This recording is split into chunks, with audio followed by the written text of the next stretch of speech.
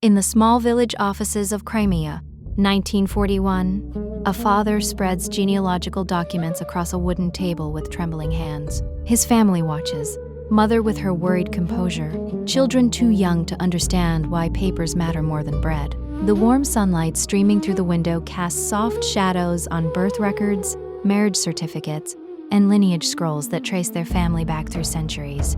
These are not mere documents. They are shields. The Karaites, a Turkic-speaking community who had long claimed Khazar ancestry rather than Jewish heritage, understood that their survival hinged on proving what the Nazis might accept, that they were not Jews under the Nuremberg laws. The father's fingers trace the edges of a certificate from 1863, when Tsarist Russia had granted them rights equal to Christians. That precedent, that legal recognition, might save them now. The children watch from corners of the room, sensing tension they cannot name. Outside, the village continues its rhythms: chickens in yards, bread in ovens, prayers in Hebrew and Karaite. While history prepares its judgment, the father folds the documents carefully, placing them in a leather satchel that will travel with him to meetings, to offices, to any place where a stamp might mean the difference between life and death. His hands, rough from field work, handle the papers with the delicacy of a scribe. This is the beginning of a strategy that will define their community's survival. The weaponization of genealogy into armor. The children play in village streets, unaware of the bureaucratic terror their parents navigate. Wooden toys clatter against cobblestones. Baskets of bread sit beside chickens pecking in morning dust. Their 1940s clothing, simple dresses, wool caps, patched trousers, marks them as children of any era, any place. The soft morning light catches dust motes dancing around their games. This innocence is precious, fragile.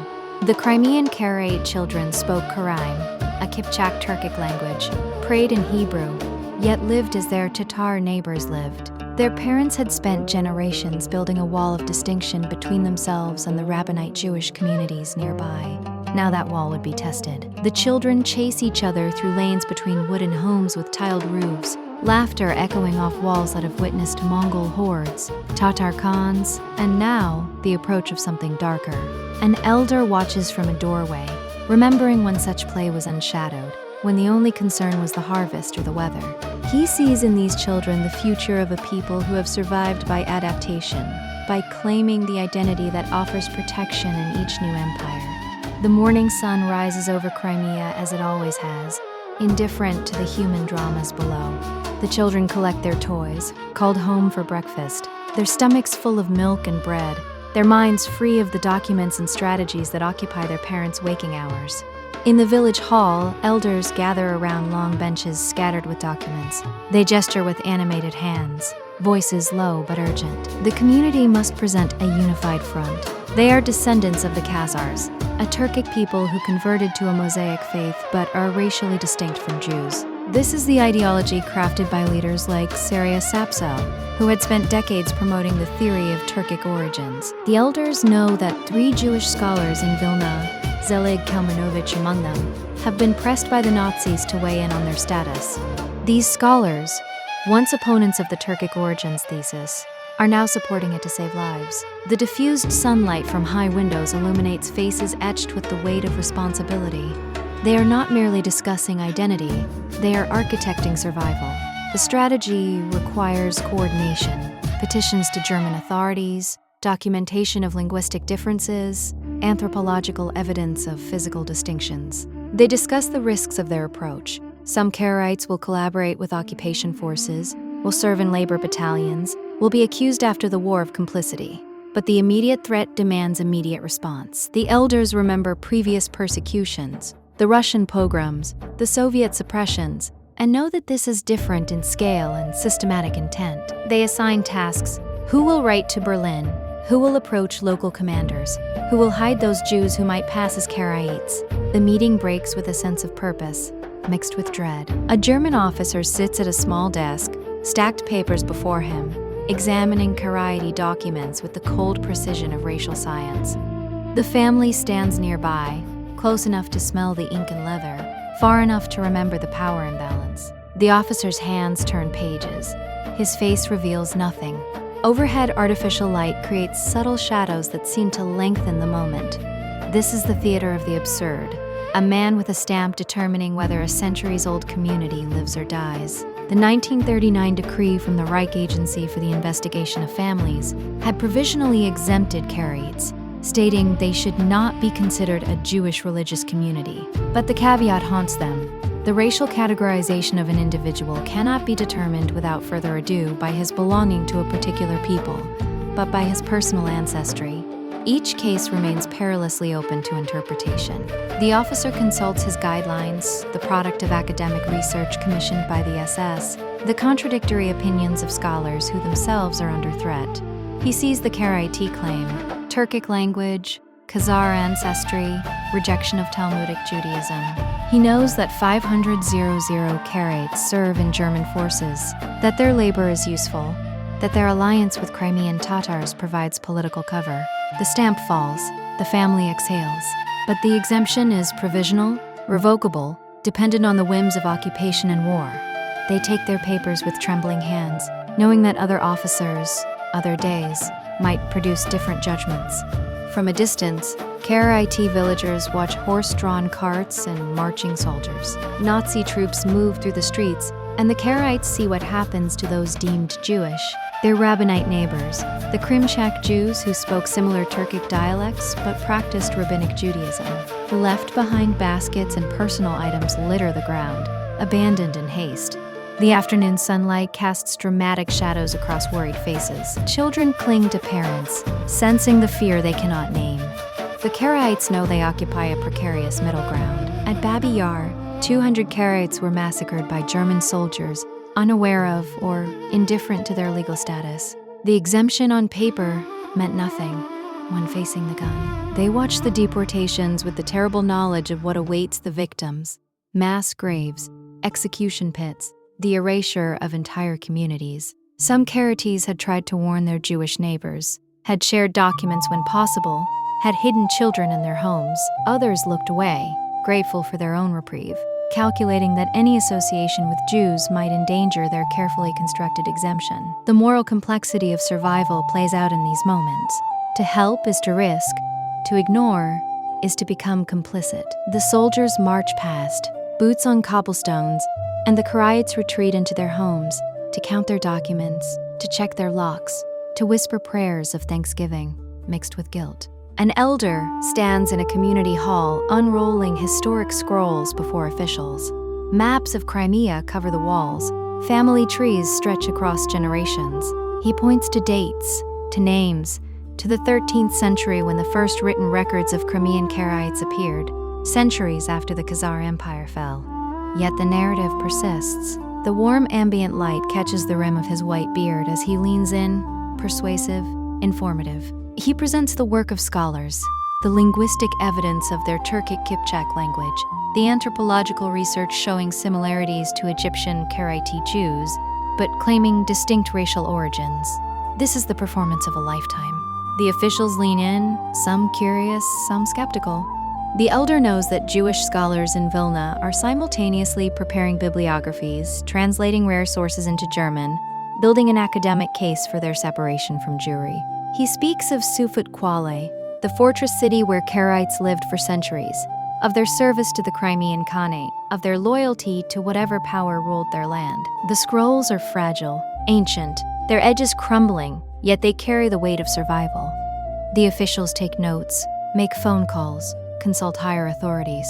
The elder waits, knowing that his people's fate hangs on the acceptance of a historical narrative that is itself contested, politicized, transformed by the urgent need to save lives. Children run through golden wheat fields, the village visible in the background. Their exaggerated running motions, the motion blur of joy, seem impossible against the backdrop of war. Yet, life insists on continuing. The sunset warm light creates volumetric rays that seem to bless their play. This is the Crimean landscape that has sustained them. Grain for bread, earth for burial, horizon for hope. The parents allow these moments because childhood must be preserved, because tomorrow is uncertain, because the wheat grows regardless of who marches through the village. The children's laughter rings across fields that have known Tatar horsemen, Soviet collectivization, and now German occupation. The wheat bends in the wind, indifferent to the human drama at its edges. An old woman watches from a fence line, remembering her own childhood in these fields. Before the wars, before the ideologies, when the seasons governed life more than decrees from distant capitals. She sees in these children the continuity of a people who have survived by being useful, by being adaptable, by claiming whatever identity offered protection. The sun sets over Crimea, painting the sky in colors that no ideology can claim, no racial science can categorize. The children are called home for supper, their faces flushed with exertion, their minds full of games and songs, temporarily free of the documents and strategies that define their parents' existence.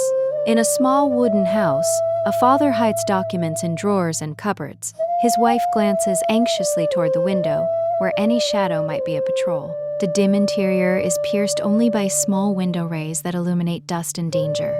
These papers, exemption letters, genealogical proofs, identity cards, are their most precious possessions, yet they must be concealed. The Nazis had granted provisional status, but that status was fragile, revocable, dependent on the whim of local commanders. Some Karaites would serve in labor battalions, building bridges and roads for the German war machine, kept as closed construction units to hide their existence from public view. The father places the documents deep, where only desperate hands would search. His fingers tremble not with age, but with the weight of what these papers represent. The difference between life and the pits at Babi Yar. The wife whispers about their neighbor, a Crimchak Jew who spoke Karaim fluently, who might pass if given the right documents. They debate the risks. To share is to endanger their own children. To refuse is to condemn another. The decision hangs in the air, as heavy as the dust motes in the window light. They hide extra food as well, in case of roundups, in case they must shelter fugitives.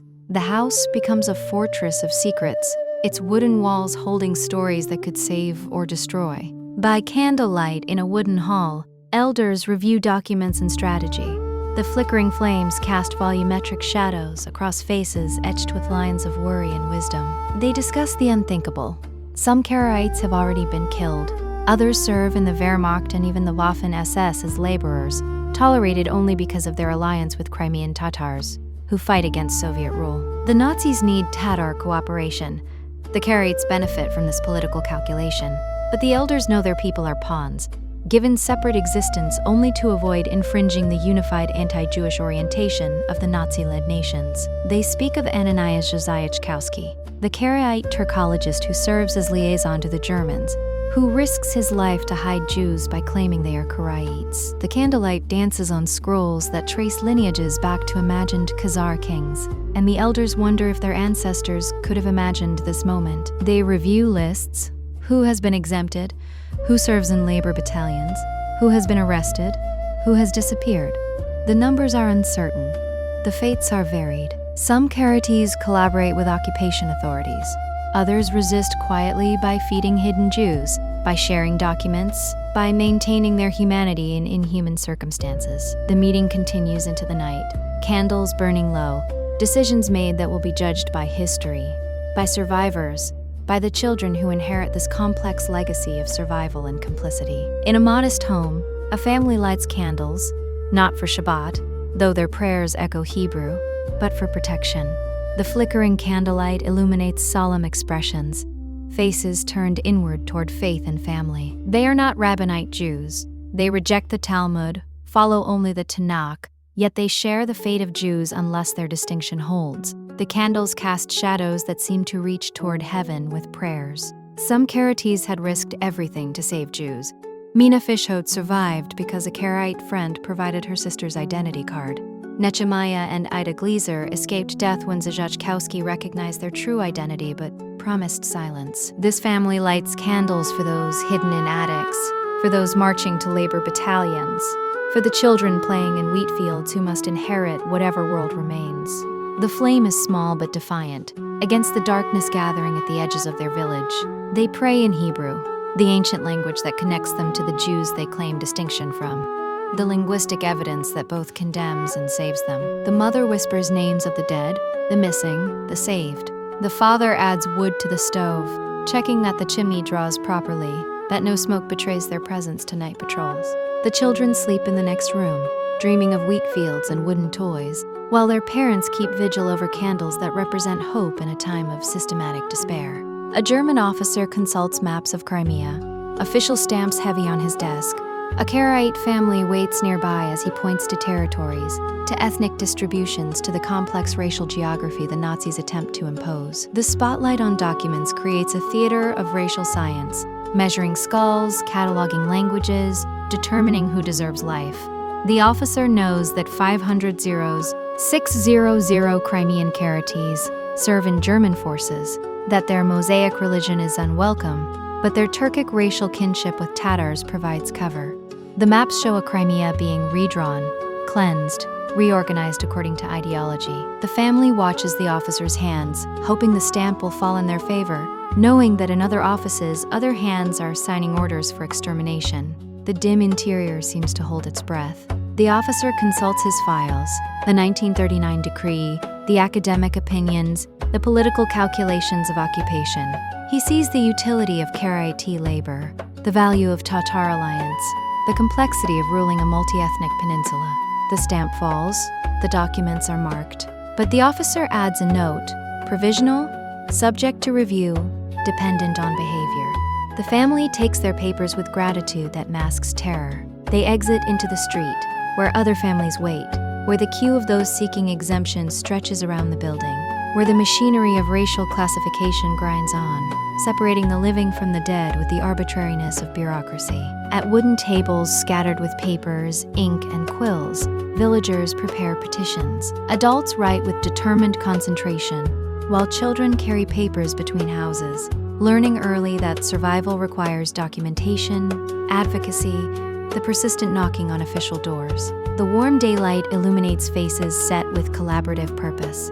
They write to Berlin, to local commanders, to anyone who might confirm their status. The 1934 request from Berlin Karaites had set the precedent. Now they must renew it daily, locally, individually. Some petitions succeed, others meet indifference or hostility. In Vichy, France, Karaites were initially required to register as Jews until Berlin intervened. The paperwork never ends. The quills scratch across pages that will be scrutinized by men who believe in blood and soil, while the writers believe in ink and parchment, in the power of recorded history to overcome racist ideology. An elder dictates a letter to a German official, emphasizing Karaite loyalty, their difference from Jews, their value to the war effort. A younger man translates into German, checking each word for accuracy, for tone, for the delicate balance between supplication and dignity. Children arrive with fresh ink, with news of other families' fates, with the gossip of the village that might contain vital intelligence. The petition writers work through the afternoon, their hands cramping, their eyes straining, knowing that each letter might save a life, that silence means death. An elder shows historic scrolls to an officer, pointing to dates and names with hands that have held these documents for decades. The sunlight through the window catches the parchment, the careful script recording centuries of Karaite life in Crimea. Weddings, births, deaths, migrations from Sufet Kale, Sudak, Kefe, and Bakhshisari. The officer inspects, leaning in with the skepticism of his training. Yet something in the specificity of the records, the antiquity of the community, the academic apparatus provided by Jewish scholars in Vilna, gives pause. This is the moment of persuasion, when history becomes weapon and shield. The elder speaks of the Golden Horde, of the Crimean Khanate, of a people who have survived by adapting, by claiming the identity that offers protection. The scroll is unrolled to reveal not just lineage but strategy, the long Karaite tradition of distinguishing themselves from other Jews to escape persecution, now tested against the most systematic hatred in human history. The officer asks questions about language, about religious practice, about physical characteristics. The elder answers carefully, truthfully, selectively, emphasizing Turkic origins, downplaying Jewish connections, presenting a narrative that is simultaneously sincere and strategic. The scroll is re-rolled, returned to its case, the meeting concluded with a handshake that means nothing and everything. The elder exits into sunlight that seems brighter for the reprieve granted, knowing that other scrolls, other elders, other communities have failed this test. A family holds an official exemption letter, expressions of relief transforming faces that have known only tension. The close-up captures the slight smiles, the tears held back, the children hugging parents who suddenly seem lighter, younger. Warm sunlight bathes the scene with the glow of reprieve. They are among the estimated 70,000 persons of Jewish origin exempted by Nazi racial pragmatism. Georgian Jews, Judeo-Tats, Subotniks, and others who argued non-Jewish origins. But the letter is conditional, provisional, dependent on continued political utility. The family knows neighbors who received similar letters, yet died at Babi Yar. They know that 500,600 Karaites serve in labor battalions, that some collaborated with oppression in places like Lutsk, that others saved Jews by sharing these precious documents. The relief is real but fragile, like sunlight through clouds that might close again. They celebrate quietly, without drawing attention, aware that their joy might provoke resentment, that their exemption is a privilege purchased with argument and ancestry rather than justice. The children sense the shift in their parents' mood, the relaxation of shoulders, the return of laughter at the dinner table. They are too young to understand the machinery of death that has passed them by, the arbitrary categorizations that spared them while consuming others. The letter is placed with the others, in the hidden drawer, in the leather satchel, ready to be produced at the next checkpoint, the next interrogation, the next threat. From a hilltop, a family stands hand in hand, overlooking the village and fields below. The golden sunset casts a volumetric glow across hopeful, triumphant, reflective faces. They have survived where others perished. The documents are hidden but secure.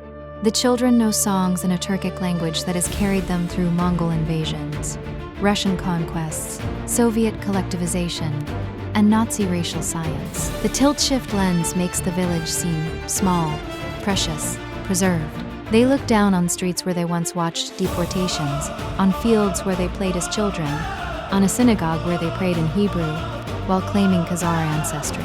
The sunset promises another day, another generation to inherit the complex legacy of survival, particular documents, particular claims, particular alliances that saved them while millions died. They are the Crimean Karaites, neither fully Jewish in the Nazi definition nor fully safe in a world of genocide. Survivors by the narrowest margins, carrying forward a story written in ink, blood, and the golden light of Crimean evenings. The parents squeeze their children's hands, transmitting strength, gratitude, and the unspoken weight of memory.